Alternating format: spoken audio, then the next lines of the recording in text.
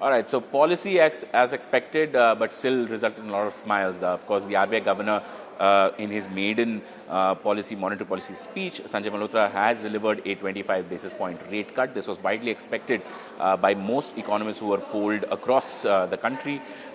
25 basis point rate cut, while this is an initial sort of a move towards an easing cycle.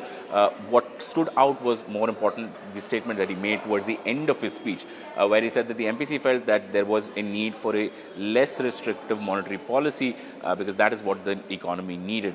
As far as the growth and inflation outlook are concerned, largely the same, but still some minor changes. You know, your GDP growth for FY26 is pegged at 6.7%. This is on the upper end of the government's own sort of estimate of 6.3 to 6.8% GDP growth for the next financial year. Similarly, on inflation, yes, it is coming within the 4% band.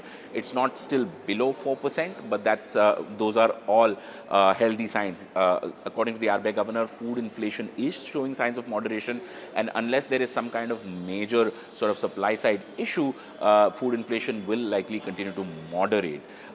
It is important, of course, to also look at how the RBI governor is playing up the issues with respect to global uncertainty. So, yes, there is a global macroeconomic uncertainty. Secondly, trade policies are uncertain at this point in time, and material weather changes. These are all key risks which could affect future monetary policy, growth, and inflation outlook. So, that's something that the RBI governor is keen to point out to the rest of the system.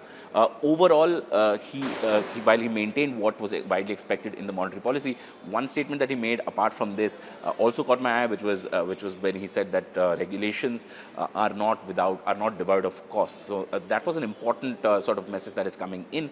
That the RBI governor is recognizing that yes, for financial stability and for orderly functioning of the financial system, good regulations are essential, but regulations are not devoid of cost, and therefore the RBI will keep that factor in mind for future drafting of regulations. Remember that regulations around liquidity coverage, regulations around project financing, regulators around the expected credit loss framework for the banks, all of these are pending finality at this stage, and all lenders in the system are awaiting the RBI's green signal on when these rules will come into play and what is the final form that they will take when they do come into play. So those are all key issues that the RBI governor has covered in his maiden speech. Over on to 12 o'clock when the RBI governor will address the press, we'll probably get to ask some questions to him then.